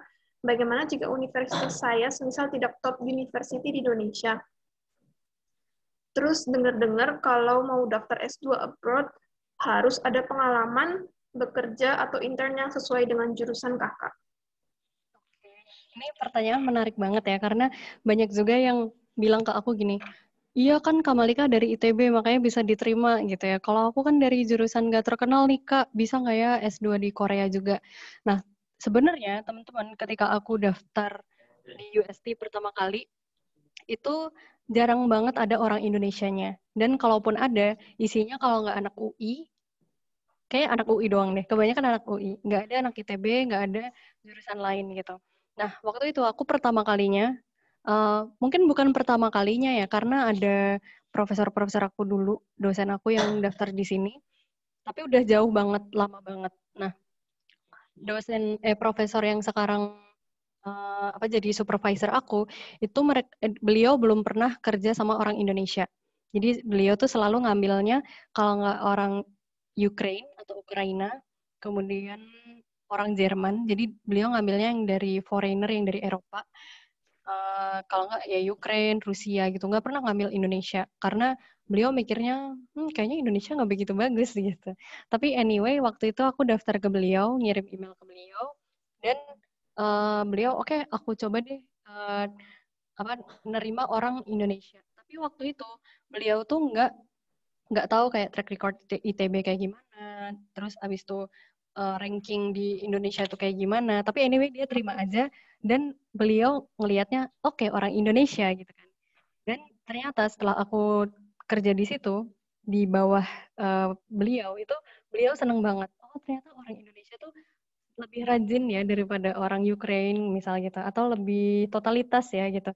Dan yang profesor aku lakukan adalah, oke, aku akan nyari student yang lain dari Indonesia juga. Jadi ngelihatnya bukan dari ITB atau dari UI, tapi beliau lihatnya dari Indonesia, mau dari Indonesia, karena orang Indonesia ini bagus banget kinerjanya gitu. Jadi karena aku anak ITB, akhirnya aku nyarinya di bawah aku juga anak ITB lagi gitu. Nah, sebenarnya itu yang bisa teman-teman lakukan, misal nyari profesor yang belum pernah kerja sama orang Indonesia. Disitulah justru teman-teman harus membuktikan bahwa orang Indonesia bagus nih, Prof, gitu. Makanya nanti next kalau bisa cari orang Indonesia lagi gitu. Terlepas kita dari mana, dari ITB, dari UI, dari mana. Sebenarnya univ-univ yang misal katakanlah di sini Mbak Novi bilang nggak top university, itu juga bisa masuk gitu, karena mereka ngelihatnya bukan dari ranking, karena mereka tuh sebenarnya nggak tahu loh ranking di Indonesia tuh paling bagus mana. Terus misal katakanlah ada univ yang dia nggak pernah dengar, karena beliau juga nggak pernah dengar univ-univ di Indonesia, tapi mereka terima-terima aja gitu. Dan aku ada temen yang dia tuh dari univ yang aku bisa bilang nggak terkenal. Mungkin kalau aku ngomong juga kalian semua nggak beberapa nggak ada yang tahu gitu. Univ di Surabaya yang aku juga waktu itu baru pertama kali dengar gitu. Terus beliau ambil S2 dan S3 di sini, dan ternyata profesornya suka gitu, sampai akhirnya orang ini ngajakin adik tingkatnya dari mana-mana. Itu universitas swasta di Surabaya. Terus ada juga universitas di Surabaya yang aku lihat, aku juga nggak pernah dengar universitas ini gitu ya. Tapi kinerjanya tuh bagus banget. Sampai akhirnya sekarang orang Indonesia dari univ yang sama yang dia bawa, itu nggak cuma 1 atau 2 atau 3, tapi sampai 10 orang adik tingkatnya dibawa ke sini gitu. Makanya ketika nanti teman-teman ngerasa aku udah bukan dari top university, tenang aja. Justru kalianlah yang harus memperkenalkan universitas kalian ke para profesor atau para universitas ini, bahwa kita bisa membuktikan juga kita bisa bagus, kita bisa bawa lebih banyak orang yang kinerjanya juga bagus gitu. Jadi tenang aja. Terus kalau mau daftar S2 ke luar negeri harus punya pengalaman kerja atau intern sesuai jurusan. Nah, itu sebenarnya enggak juga sih, karena kalau S2 ya, kalau aku lihat gini, di Korea itu kebanyakan orang-orangnya lulusan itu minimal S2. Kalau di Indonesia itu kan kita ngelihat ini ya, banyak lulusan S1. Itu kayak kalau bisa kita bilang kacang rebus gitu ya, kayak S1 banyak banget gitu. Tapi kalau kita level up ke S2, jarang banget. Maksudnya dibanding di Korea itu jarang banget, apalagi S3. Mungkin kita bisa hitung dengan jari berapa sih teman kita yang kuliah sampai S2 atau sampai S3. Tapi teman-teman di Korea itu S2 itu banyak banget. S3 apalagi banyak banget. Jadi kompetitif banget. Makanya kalau misal pengen jadi dosen di Korea, itu harus dari lulusan S3 yang mereka punya pengalaman kerja yang bagus banget. Apa yang mau aku bilang di sini adalah, biasanya ketika kita baru daftar S2 di Korea Selatan, di laboratorium gitu ya, kalau profesor aku bilangnya, beliau tuh ngelihat kita tuh bukan sebagai lulusan S1 sebenarnya, tapi nganggapnya kayak anak SMA aja, kayak nggak ngerti apa-apa tuh nggak masalah gitu, asal kita mau belajar. Karena aku lihat memang banyak teman-teman aku yang daftar S2 ke Korea Selatan, mereka nggak ngerti apa-apa awalnya. Mereka belum paham kayak nanti kalau misal di sini harus ngapain, misal belum kebayang ke depannya mau ngapain, tapi karena mereka mau belajar, mereka mau nyari di internet misalnya atau nyari di buku, akhirnya mereka bisa survive gitu. Jadi nggak harus mereka punya pengalaman kerja atau intern yang sesuai dengan jurusan, asalkan kita secara dokumen masuk, secara apa ya, misal interview kita bisa lolos. Nanti kalau kita udah sampai di sini, ya udah kita akan bisa menyesuaikan gitu. Mungkin dari aku. Baik, oke, terima kasih banyak untuk Kak Malika ya, dan juga peserta-peserta di sini. Menarik sekali ya pertanyaannya dan juga materinya. Semoga sangat bermanfaat untuk teman-teman di sini. Baik, tanpa banyak lagi, mungkin untuk waktunya udah agak ini ya, jadi mungkin bisa kita akhiri untuk kelas hari ini. Kemudian untuk kesimpulannya, mungkin bisa saya sampaikan sedikit kurang lebih dari kelas ini. Jadi terdapat banyak sekali beasiswa yang tersedia di Korea Selatan ya. Ya, mungkin salah satunya yang tadi dijelaskan oleh Kak Malika adalah melalui KGSP atau KS yang merupakan beasiswa yang disediakan oleh pemerintah Korea Selatan. Kemudian pada beasiswa KPSP itu tersebut terdapat 2 jenis jalur ya, yaitu jalur embassy dan juga jalur university. Kemudian juga ada jalur ketiga, yaitu melalui mahasiswa juga bisa mengambil beasiswa melalui jalur profesor, seperti yang dijelaskan oleh Kak Malika, atau yang menjadi pihak pemberi sponsor adalah profesor pada laboratorium tujuan kalian. Di jalur profesor diperuntukkan untuk research student, benar kan Kak? Beasiswa ini juga diwajibkan untuk para pelajar untuk bekerja di lab dengan jam kerja serta ekspektasi tertentu dari profesor, kurang lebih begitu. Jadi seperti yang sudah dijelaskan Kak Malika, sebenarnya banyak sekali ya jika teman-teman di sini ingin mengambil beasiswa di Korea Selatan, karena sebenarnya seperti pepatah, banyak jalan menuju Roma ya, agar bisa melanjutkan pendidikan lagi di luar negeri. Jadi sangat amat menarik banget. Terima kasih banyak untuk Kak Malika. Semoga untuk selanjutnya kita bisa bertemu lagi di next occasion. Baik, saya dari tim Global Youth Action mengucapkan banyak terima kasih kepada semua peserta juga, dan juga mohon maaf apabila ada salah kata atau salah perbuatan dari kami. Sebelumnya untuk mengakhiri semuanya, mungkin barangkali Kak Malika ingin menyampaikan sesuatu dalam bahasa Korea untuk teman-teman di sini, untuk menutup mungkin, biar bisa teman-teman mendengar bahasa Koreanya. Waduh, sebenarnya kalau aku ya, karena tadi kan aku bilang aku S2 gitu ya, semua lingkungannya itu pakai bahasa Inggris, bahkan orang Korea ngomongnya bahasa Inggris, jadi kita full bahasa Inggris dan nggak kebiasa ngomong bahasa Korea gitu ya. Tapi apa ya, paling mau bilang, 감사합니다, 안녕히 계세요. Kamsahamnida. Baik, sebelumnya mungkin sebelum kita tutup, kita selfie dulu bagaimana ya untuk sebagai dokumentasi kelas online kali ini. Baik, mungkin akan saya bagi untuk beberapa slide, jadi mungkin kita berapa kali tag ya ini ya, kita cek sebentar. Kalau